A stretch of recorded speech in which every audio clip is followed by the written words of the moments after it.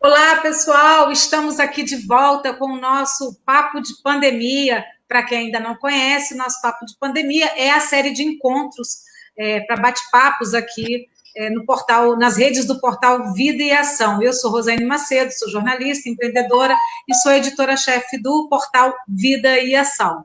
A gente criou esse projeto em junho de 2020, no auge ali da pandemia, e, infelizmente, né, doutora, a pandemia ainda não foi embora, ao contrário, a gente está vivendo um momento extremamente grave, a gente retomou a nossa série aqui, Papo de Pandemia, e hoje a gente está aqui com a presença, contando aqui com a participação super especial do infectologista doutor Claudilson Bastos, ele que é consultor da Sociedade Brasileira de Infectologia. Muito obrigada, doutor, de aceitar aqui o nosso convite, está participando com a gente desse bate-papo na tarde de hoje.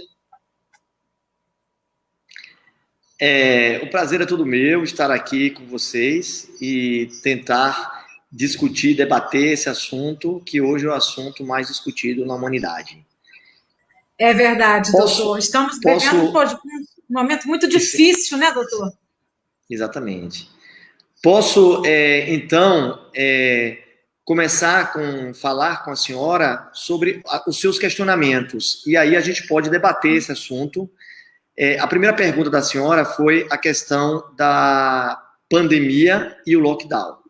A senhora levantou um questionamento sobre os avanços das novas variantes, o colapso na saúde e o atraso da vacinação. E me perguntou se o lockdown é mesmo a luz no fim do túnel.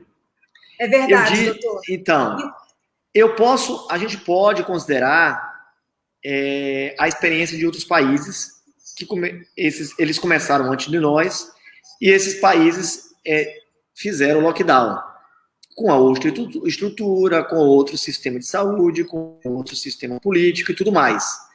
Então, o que eu posso lhe dizer, nesses países, foi uma conduta extrema. Em situações extremas, isso deve ser realizado. Muitas mortes, muitos internamentos de UTIs, etc. E no nosso caso, nós estamos chegando numa atitude extrema.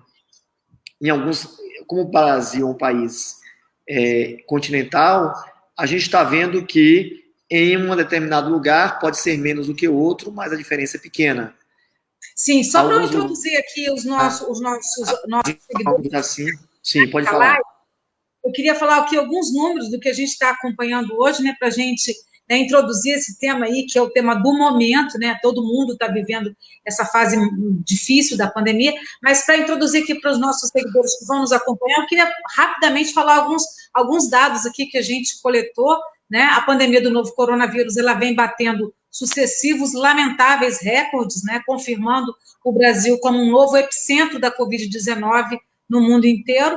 A gente começou esse mês de março com 788 mortes, sendo 1.225 a média móvel em 7 dias, e devemos terminar aí esse mês com mais de 300 mil mortes, né? Hoje já são 2.724 e a média móvel ultrapassou 2.000 mortes, na verdade, especificamente 2.086 nessa sexta-feira, dia 19 de março. Infelizmente, é recorde atrás de recorde aí nos últimos 20 dias, ultrapassamos a trágica marca já de 287 mil vidas perdidas aqui no Brasil, né? Vivemos aí o maior colapso sanitário e hospitalar da história, né, segundo o boletim Observatório Covid-19 da Fiocruz, que foi divulgado essa semana, justamente no dia em que a gente assistiu à apresentação do quarto ministro da Saúde em menos de um ano, né? São muitas dúvidas que todos nós temos, né? Toda a sociedade tem muitas dúvidas a respeito desse novo e impactante momento que a gente está vivendo hoje em todo o mundo. Afinal, estamos vivendo uma segunda ou terceira onda, como diz o título, né, da nossa live de hoje, como acelerar a vacinação e conter aí essa explosão de casos e óbitos por Covid-19 no Brasil. E é por isso que a gente está aqui, né, conversando com o doutor Claudilson Bastos, né, ele que representa e é consultor da SBI na Bahia. Na Bahia está tudo bem, doutor? Como é que está a situação aí? O senhor é uma referência em infectologia e na Bahia, atua como professor universitário, acompanha aí novos médicos que se iniciam na rede pública de saúde. Como é que está aí um pouquinho? Eu queria que o senhor começasse falando para a gente um pouquinho da Bahia para a gente. Como é que está o quadro epidemiológico aí na Bahia hoje? Há também muita resistência da população baiana em seguir as medidas de prevenção, doutor? Sim, a Bahia está realmente dos estados que tem um número elevado de morbimortalidade, de doenças mortes, e a gente, digamos, nós não chegamos ao colapso de 100% de UTIs e de enfermarias, né?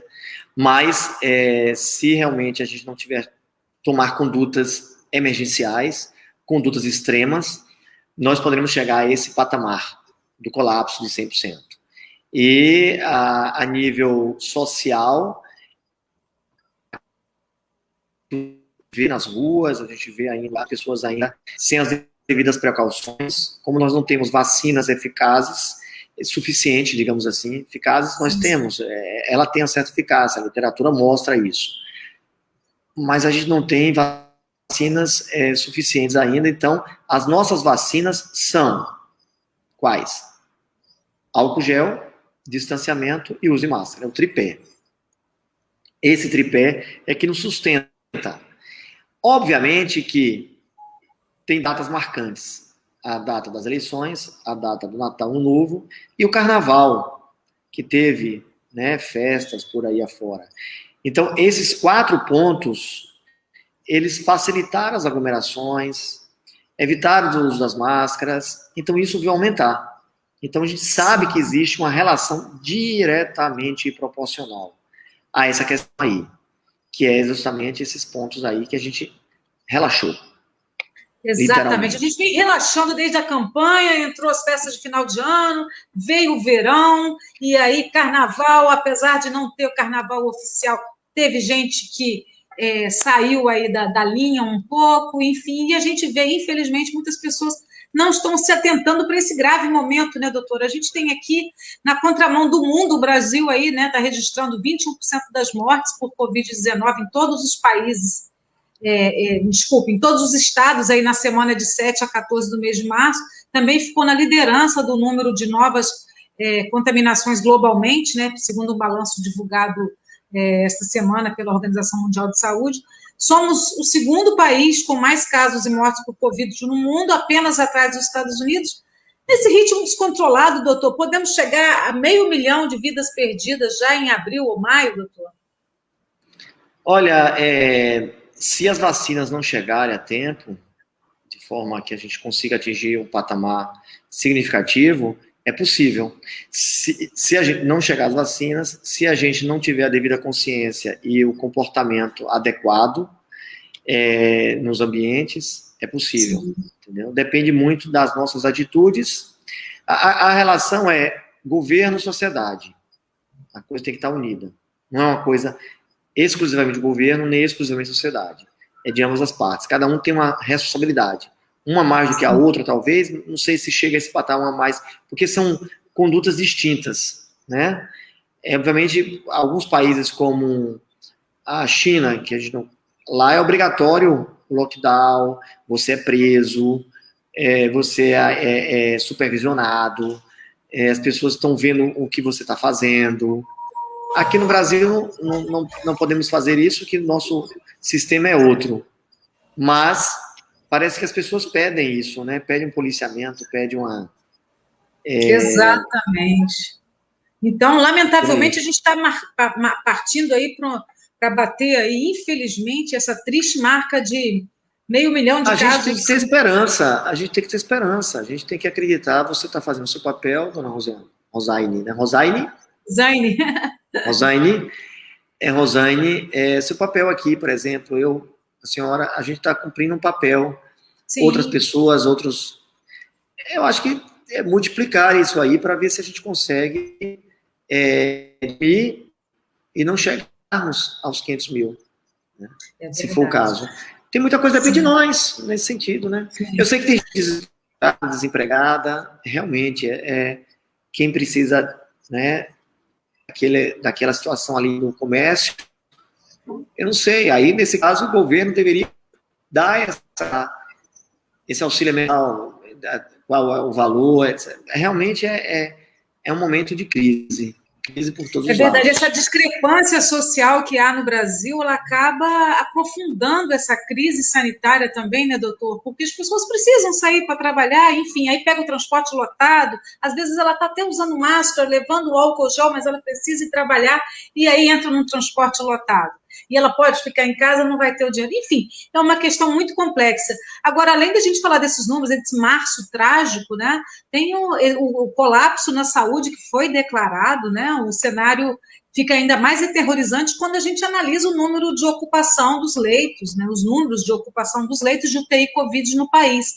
A gente tem aqui números que em todos os estados apontam para uma situação extremamente crítica, né? Ontem, inclusive, um jovem de 22 anos morreu em São Paulo enquanto aguardava por uma vaga de UTI. Parece que hoje também no Nordeste teve o caso de uma pessoa que morreu passando mal na UPA, né? Antes de chegar até enfim, a gente está vendo cenas tristes e muito lamentáveis em vários pontos do país. Esse é o pior retrato, né, do colapso que estamos vivendo hoje na saúde. O que fazer, doutor, para reverter esse quadro? A reativação, só acha que a reativação dos hospitais de campanha, ativação de leitos federais, onde tem hospitais federais, pode ser uma saída? O que o senhor propõe, no caso específico, o que o senhor acha que é necessário, no caso, para aumentar o número de leitos?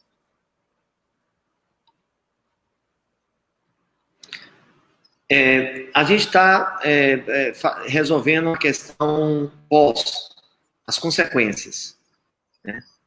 Então, as consequências é o número de pacientes, a gente tem que ter hospitais, tem que ter UTIs, tem que ter aparelhos, respiradores. Então, a gente tem que resolver o lado de lá, que é o Covid aumentando, resolver o lado de cá, a prevenção, né? Se a gente não resolve a prevenção, a doença vai aumentar. E a gente não vai conseguir resolver o lado de lá. Então, o lado de lá não está sozinho.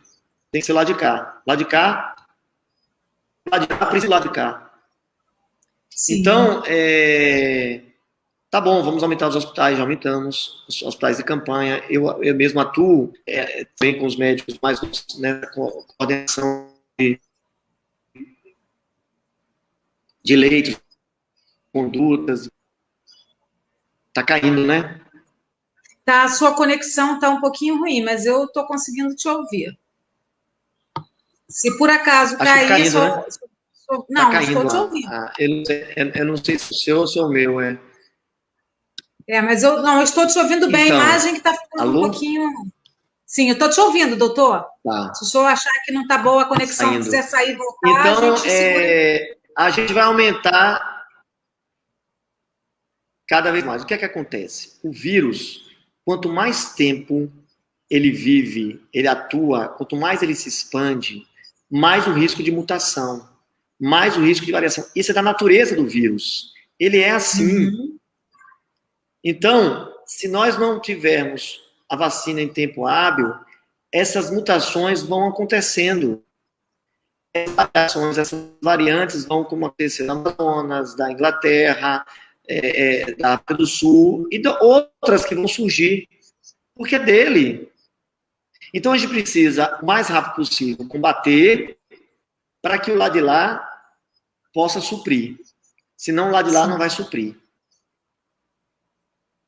A vacina é um problema do Brasil, acredito que existem problemas em outros países, mas os Estados Unidos agora, que estava num problema sério, agora tem um número maior de vacinas, né? Conseguiram já mais de 20 milhões de pessoas, né? Por aí, de vacinas. Então, é preciso que a gente tenha, em tempo recorde, esse número de vacinas, para que a gente tenha que atingir, pelo menos, 70% da população. O que a gente pensa naquela imunidade de rebanho. Uhum. Para a gente atingir a imunidade de rebanho, a gente tem que ter 70% para cima. Nós estamos com quantos por cento? 4,5%, né? Hoje, 4,5% hoje, doutor.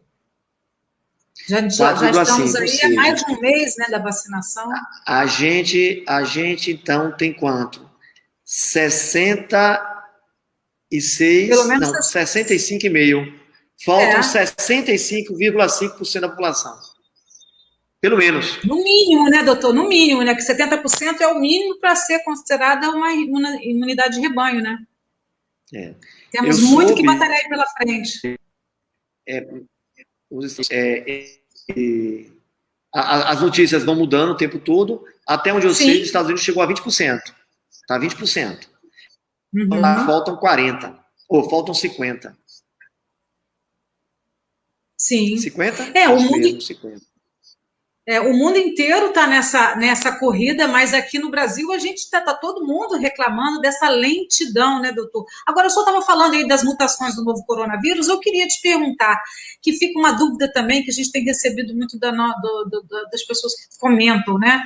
Hoje a gente está num horário extraordinário, aqui a gente está numa edição extraordinária, era o horário que o doutor Claudilson tinha disponível para a gente conversar, então estamos aqui no outro horário, mas essa live fica disponível para quem depois for assistir aqui no Facebook, também no nosso YouTube e depois também no nosso Instagram, a gente vai ter um pouco lá da nossa live, mas eu queria aqui te perguntar, quero agradecer aqui o Davi, que está na live, falando aqui, a vacina sempre foi a solução. Isso mesmo, Davi. Mas eu queria perguntar para o doutor, com relação às mutações do novo coronavírus que ele estava comentando aqui. Elas parecem que estão se multiplicando numa grande velocidade em todo o mundo, especialmente aqui no Brasil, a partir da variante de Manaus, né? E ninguém hoje ousa prever quando essa pandemia vai ter fim. No começo se dizia que as novas variantes apenas tinham um alto potencial de transmissibilidade, mas o que temos visto agora, doutor, é um aumento absurdo nessa taxa de letalidade, né? Muita gente está morrendo, como os números que a gente citou aqui no início. Por que isso acontece, doutor? Por que parece que as pessoas estão morrendo, quer dizer, parece não, elas estão morrendo mais, é porque essas variantes são mais graves, são mais letais, não só são mais transmissíveis? Nem todas as variantes são letais, pode ter variantes boas, mas pode, nessa aleatoriedade, né, aleatório, ela também é ruim.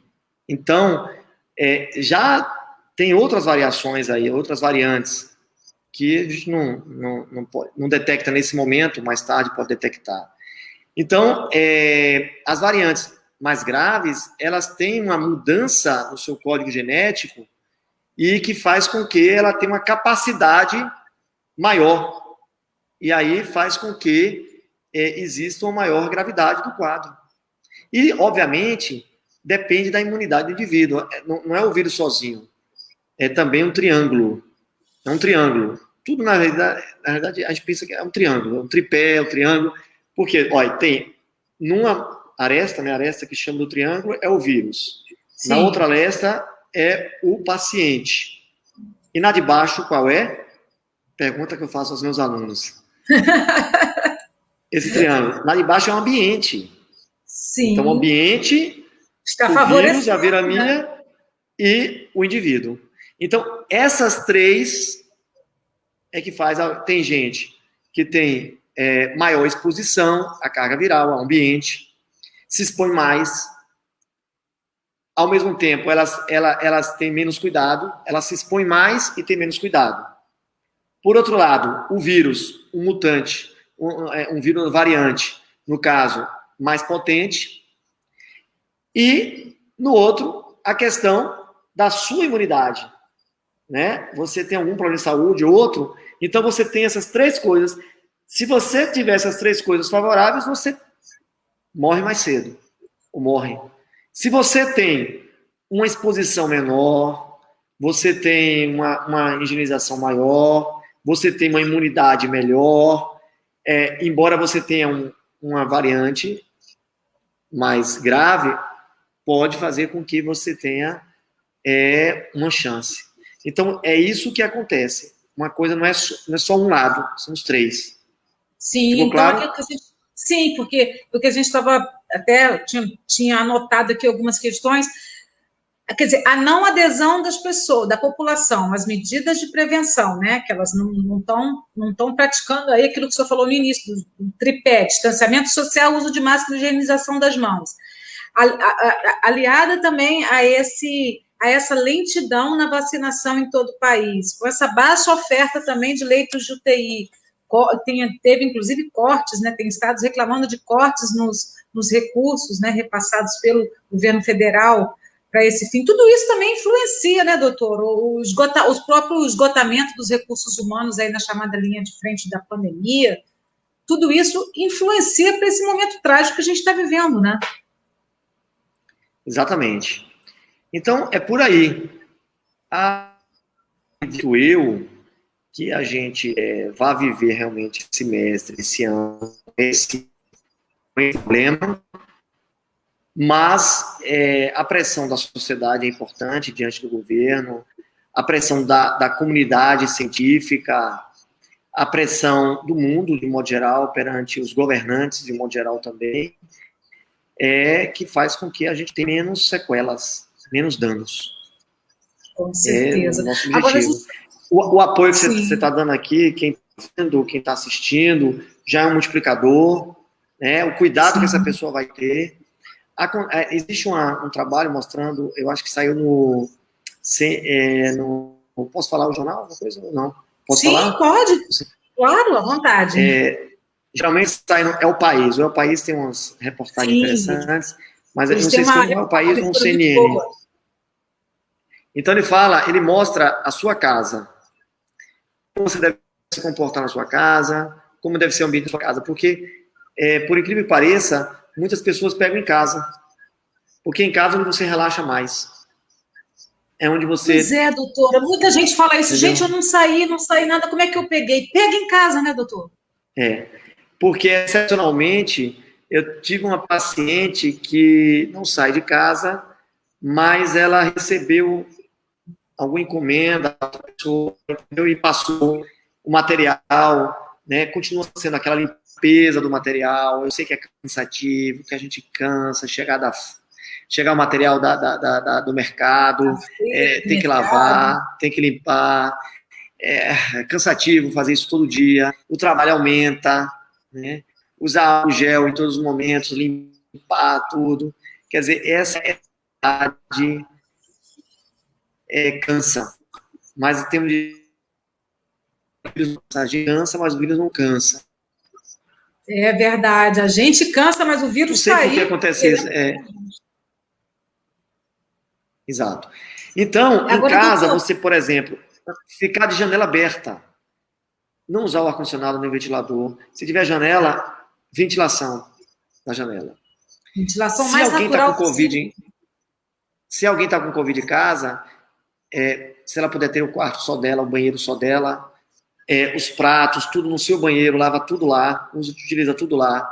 Essa pessoa vai pegar o lixo do banheiro, ela tem que fechar. A outra pessoa que está lá fora, na porta, tem que pegar de luva, jogar de luva no lixo, certo? Então, são normas que é difícil a gente seguir, porque são novos hábitos.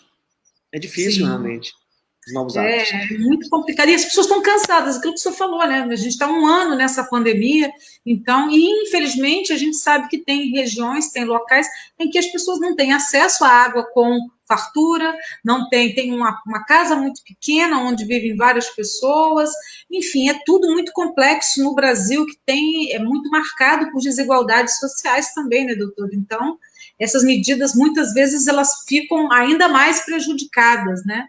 Mas também tem a questão da consciência. Mas eu queria perguntar aqui para o senhor a questão também a gente sabe que faltam leitos, mas estão faltando leitos, né, insumos, equipamentos, EPIs, oxigênio e também pessoal qualificado, né, para as UTIs.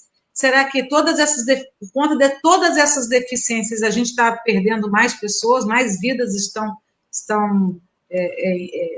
enfim, a gente está perdendo mais vidas por conta dessas deficiências todas, isso também é um complicador. A gente sabe que tem médicos que estão deixando a linha de frente, né, por depressão, ansiedade, burnout, né, que é o burnout, aquela síndrome, né, do esgotamento profissional, né, que é o limite da capacidade humana que as pessoas estão trabalhando. Muitos médicos, enfermeiros e outros profissionais de saúde estão, muitas vezes, distantes das suas famílias, vivendo praticamente dentro dos hospitais aí para salvar vidas que eles nem conhecem, né? E o senhor acredita que muitas dessas mortes poderiam ser evitadas se a gente conseguisse unir resolver essas questões, essas deficiências aí que são enormes, né, doutor? O ideal. Tem um mundo ideal. Nós estamos no mundo real. O mundo real tem defeitos. O mundo real é um mundo complicado, complexo. E interesses lá, interesses aqui, interesses acolá. Então, os interesses individuais, os interesses coletivos. Então, esse conflito aí. E alguns eu perdi. Eu tenho pessoas profissionais de saúde, que trabalhava 36 horas de trabalho. Ela estava se expondo, por mais cuidado que tivesse e tal, não deixa de ter uma exposição no ambiente hospitalar. Ela morreu, né? Trabalhava na UTI, inclusive. Então, isso realmente está levando a esse burnout e esta ansiedade. Eu me sinto, às vezes, assim, eu cheguei aqui correndo, eu estava no hospital, eu vim correndo para poder, a senhora pediu essa entrevista e tal, parei Sim. aqui, mas assim que acabar, eu já vou entrar em contato com alguns pacientes aqui no telemedicina. A telemedicina aumentou também, a telemedicina, as pessoas na telemedicina querem urgência, querem ser atendidos agora. Além da telemedicina, tem o presencial, os pacientes internados. A tecnologia, aí a tecnologia ajuda bastante, aqui a gente, dividindo, Sim. né? A tecnologia chegou no momento também, ideal. Doutor? É no momento ideal. Muitas vezes se sente esgotado. Eu tô cansado. Eu consigo dormir, mas é o tempo todo nessa batalha.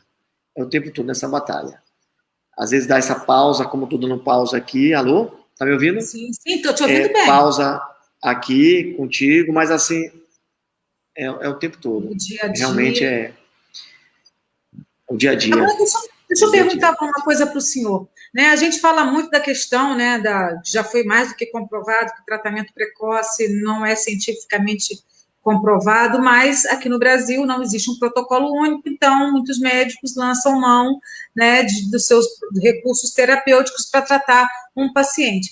Diante da falta de remédios comprovadamente eficazes, como é que os médicos estão se virando aí nas UTIs, né? Cada um. Que tipo de tratamentos hoje que são oferecidos, doutor?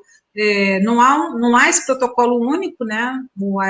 Inclusive, o Conselho Federal de Medicina permite que o médico decida de acordo com a sua consciência ali, enfim, com sua ética ali, o que ele vai empregar para aquele paciente, mas a gente sabe que vários medicamentos não são comprovados. O que se usa hoje para se tratar o paciente lá, quando ele está numa situação dessas?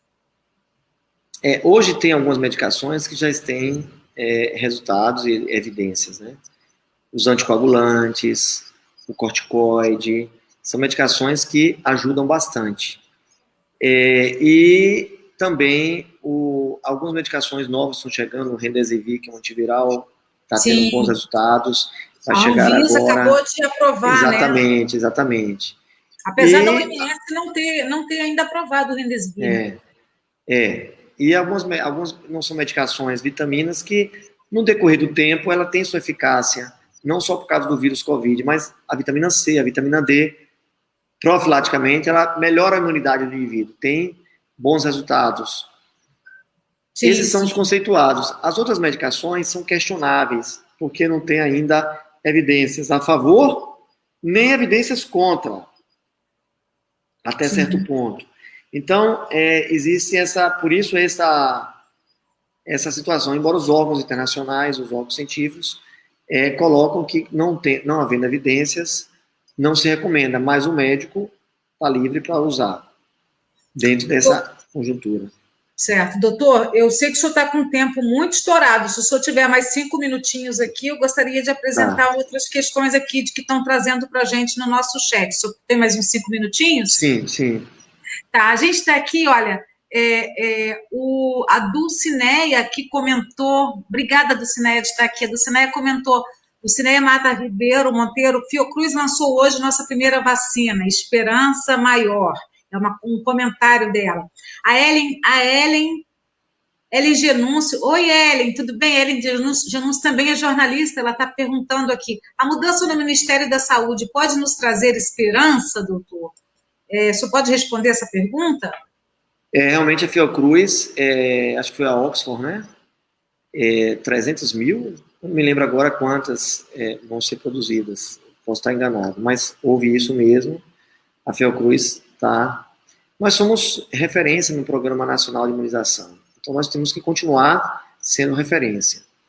Com relação ao ministro, eu tive boas referências dele. Ele é presidente da Sociedade Brasileira de Cardiologia, ou foi presidente, ou, enfim. Sim.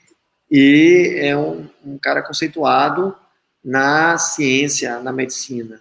E espero que ele possa dar um norte ao governo e possa nos dar esse apoio. Eu acredito, a gente tem que acreditar. Eu não sou assim, não tenho questões políticas, eu sou um médico, pesquisador, então a minha função é social. A gente tem que apostar de que os políticos possam nos ajudar. Então, acho que as referências que eu tenho deles são boas. Certo. Certo. O Davi Filho está comentando, é um comentário, né? Parece que a questão política e ideológica está cegando a população quanto ao máximo cuidado necessário. E em seguida ele faz uma pergunta, ele está fazendo aqui, qual é a perspectiva de um fornecimento significativo de vacina para a população? E se a Fiocruz começar a produzir uma quantidade boa, juntamente com o Butantan, nossa, a gente pode chegar até lá, entendeu? Então essas duas instituições sérias podendo produzir, eu acho que vai nos dar essa garra e essa determinação de chegar aos 70%. Certo. O senhor acha que faltou planejamento e logística aí por parte do Ministério da Saúde? Ou o que falta mesmo são as doses, chegar às doses que não foram compradas, enfim? O que o senhor acha? É de tudo um pouco, né? É de tudo um pouco. Tem que parar? É de tudo um pouco. As dificuldades estratégicas, houve. A questão de fornecimento, deficiência, houve. A questão de conscientização, falta de conscientização, houve. A questão de também faltar produto lá em outros países também teve dificuldade, houve. Então, a gente não pode pontuar, foi isso só, foi aquilo só. É multifatorial. É multifatorial. Numa situação dessas, é multifatorial. Agora, eu acho que a coisa vai se ajeitar. Mas, infelizmente, a gente, para se ajeitar, não era para ter um desastre desse. Mas o desastre veio também não só por causa da deficiência de vacina, veio também pela questão das nossas atitudes, né, incorretas. Então é isso, é multifatorial. É fácil a gente culpar um só. Não. Eu culpo o governo em parte, eu culpo a sociedade em parte, a nós, sociedade em parte, tá entendendo? Então, sim, cada um tem uma culpa. Sim, sim, cada um tem uma parcela de responsabilidade nisso, né? Agora, só para concluir, eu queria perguntar para o senhor com relação ao lockdown, né? Que então é uma das medidas extremas, que o senhor começou, inclusive, falando, é uma medida extrema que alguns países do mundo adotaram essa medida extrema, o senhor começou aqui nosso bate-papo falando sobre isso, e eu queria saber com o senhor justamente sobre isso, que coloquei alguns dados aqui, alguns estados e prefeituras aqui no Brasil vem tomando aí decisões por conta própria, né? Até hoje não houve uma coordenação geral dessa pandemia, e ontem, inclusive, o presidente avisou que vai à justiça contra as medidas restritivas decretadas por governadores e municípios. O senhor tem alguma posição a esse respeito? Eu queria saber se o senhor é a favor do lockdown, e nesse caso, qual seria o melhor modelo, na sua opinião, local, regional, ou nacional, nesse momento tão crítico que a gente está vivendo? É isso, como eu falei no início, o Brasil é um país continental. Existe, por exemplo, a situação de Manaus, Amazonas, que a gente não viveu ainda, como lá. Então lá, realmente, a conduta extrema, o lockdown, etc., porque existem cidades do interior do Brasil que tem uma parcela significativa da população com Covid e com óbitos, que a conduta é outra. Então, é como nos Estados Unidos. Os Estados Unidos também, cada estado tem sua... Porque cada um sabe de si, digamos assim, da sua situação. Da sua realidade, né? As suas características. Da sua realidade. Embora tenha que ter uma realidade central, etc., tem que estar compactuado, mas eu não posso dizer que lá embaixo com lá em cima é tudo igual, né? Sim, existem diferenças, embora cada vez mais está se tornando semelhante ou igual, que a gente não esperava por isso. Mas, de um modo geral, infelizmente, o lockdown é um mal necessário que atinge a população no desemprego, que atinge a população na pobreza, é uma consequência séria. Mas é aquela história, a gente não pode ficar em cima do muro. Né? Só acho que nesse momento é necessário fazer um lockdown em local ou regional. Em alguns sentidos, sim. Aqui parece que falam que não adianta, porque as pessoas se deslocam de uma cidade para outra, de uma região metropolitana, e acaba levando, carregando o vírus de lá para cá, daqui para lá, enfim, por isso o lockdown nacional. Mas o senhor acha que, em muitos casos, vai resolver o lockdown local ou regional? Exato. É assim, num país como na China, você não podia sair da sua cidade, não podia sair do seu bairro, não podia sair da sua casa. De forma nenhuma. Aqui não tem como você ter essa atitude da liberdade de vir até certo ponto, as questões essenciais, né, as atividades essenciais.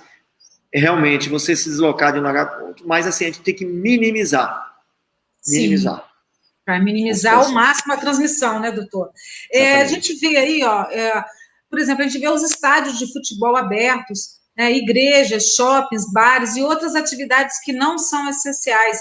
Por que os cinemas, teatros fecharam e essas outras atividades não? Só acha que na atual conjuntura dá, por exemplo, para manter as escolas abertas ou é melhor seguir apenas com aulas online até que professores e funcionários que hoje não estão incluídos entre o grupo prioritário para vacinação possam estar imunizados? O ideal é estar imunizados. Algumas universidades na nossa área profissional, onde tem pessoas que estão prestes a se formar, adquirir o diploma para atuar na área de saúde, aí essas pessoas que estão nessa situação, de acordo com os critérios, elas realmente fica difícil você, né? Ela vai para aquele ambiente com uma certa segurança, porque ela precisa se formar o mínimo necessário para poder conseguir adquirir o seu diploma. Mas, de modo geral, as escolas não estão preparadas. Pode ser que uma ou duas tenha toda a estrutura montada, a ventilação e tal, mas a maioria não tem. Então, se uma ou duas tem e as outras não têm, essa uma ou duas tem que esperar as demais. Então, o senhor é a favor que, nesse momento, as escolas não estivessem abertas também, né? Assim como shoppings, estádios de futebol? Os estádios estão fechados, parece, né? Só os jogadores é que vão e de certa forma, ela está fechada, né? Está aberta só para os jogadores, praticamente. Sim. Então, menos mal. Mas, alguns estados já, mesmo para os jogadores, né? Parece que São Paulo parou o campeonato. Então, por aqui lá está maior, entendeu? A situação em São Paulo está bem crítica. Doutor, aqui a gente tem aqui, olha, estão me perguntando aqui a questão das fake news, né, que é importante, nós que somos jornalistas, aqui a Ellen está perguntando informações truncadas sobre a propagação, né, do vírus também dificultam, né, fazendo essa pergunta, também dificultam, e o Davi, que já tinha falado aqui também antes, ele perguntou aqui, olha, um comitê de crise nacional e integração, e a questão política é a questão política e ideológica, né, ele está dizendo aqui que, acho que eu entendi que é necessário criar esse gabinete de crise, né, doutor? Alguns países, como a Itália, parece que já tem esse comitê de crise, né? Alguns países criaram depois, né? Sim. E a outra pergunta qual foi? Foi com relação ela perguntou aqui, informações truncadas sobre a propagação também. O fake é um vírus na nossa cabeça, um vírus que se multiplica, de certa forma, um vírus ruim, né? Então, fake é algo deletério à raça humana. Sim. Bom, doutor, eu queria... Temos aqui só a Mônica Ulisses também, jornalista, falando, infelizmente o lockdown com o metrô lotado é incoerente. É verdade, né, doutor? Não adianta também determinar o fechamento de alguns setores se o metrô está lotado, o BRT está lotado, os ônibus estão lotados, os trens. Exatamente. Ele pode diminuir, mas não resolve. Como eu disse, tratar o lado de cá e tratar o lado de lá, os dois lados, certo? Então, a gente consegue diminuir, mas não é suficiente. Doutor, tem alguma coisa aqui que tenha ficado de fora da nossa... que o senhor gostaria de acrescentar aqui nesse final? Saúde, doutor. Tem Obrigado. alguma coisa aqui no no final? Não estou Covid não, viu, gente? Ai, que ótimo. E nem vai transmitir para a gente, porque estamos longe. O senhor aí na Bahia, eu aqui no Rio de Janeiro. Doutor... E veja só, o que eu tenho a dizer é o seguinte, que a gente realmente tenha o cuidado, é o que é dito sempre, né? O cuidado, a atenção, o uso correto de máscara, não pegar máscara pela frente, não pegar pelo lado, pela alça, né? Higienizar as mãos ao pegar no lado da máscara, né? Mesmo assim com máscara, manter o distanciamento. Isso é uma coisa assim que vai ficar no inconsciente. As criancinhas talvez elas são mais fáceis de aprender. Elas já estão aprendendo, né? Já estão aprendendo. As criancinhas já estão criando hábito. Nesse momento tão difícil da pandemia, o que nos cabe é voltar lá atrás para aquelas lições básicas do início da pandemia, né, doutor? Lavar as mãos, aprender como lavar as mãos, porque o brasileiro toma muitos banhos e não lava bem as mãos ao longo do dia, né? Diferentemente de outros povos em outros países que tomam menos banho, mas mantêm o hábito da higiene das mãos. Nós vemos aprendendo a cada dia, mas nesse momento crítico que a gente está vivendo, o recado do senhor é manter as medidas de higiene e ficar em casa, né, doutor? Quem puder, fica em casa, né? Veja, você está aí, poxa, ultrapassou o tempo, né? Mas foi bom. Sim, foi ótimo. Para a gente foi maravilhoso. Muito obrigada, doutor. Um bom trabalho. Eu que agradeço o convite. E saúde para o senhor. Obrigada quem acompanhou a gente. A live fica disponível. Quem não pôde assistir. Depois você me manda, tá? Sim, com certeza. Pode deixar que eu mando sim para o senhor. Muito obrigada, um abraço, boa semana e até o nosso próximo papo de pandemia, pessoal. Obrigada. Tchau, tchau. Bom trabalho, doutor. Obrigado.